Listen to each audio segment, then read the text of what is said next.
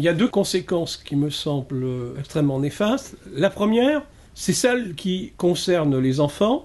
Et malheureusement, cette conséquence, on n'en a pas l'aboutissement aujourd'hui.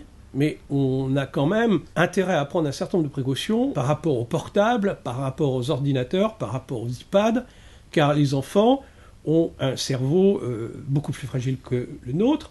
Et je pense toujours à mes petits rats de laboratoire. L'empreinte des ondes électromagnétiques sur le cerveau des enfants, qu'est-ce que ça va donner si on ne prend pas un certain nombre de précautions? C'est pour ça qu'on était complètement contre les babyphones, et qu'aujourd'hui, on est contre totalement l'utilisation des téléphones portables pour les enfants de moins de 14 ans.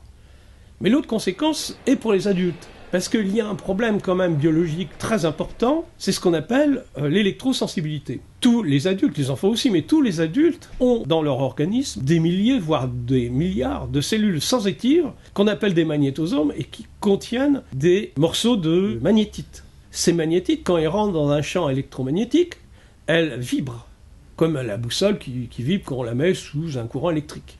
Et la cellule étant excitée, la cellule sensitive étant excitée, eh bien, elle envoie une information au cerveau. Si l'information devient récurrente, devient importante, eh bien, on va savoir que l'hypothalamus va enregistrer un phénomène de stress.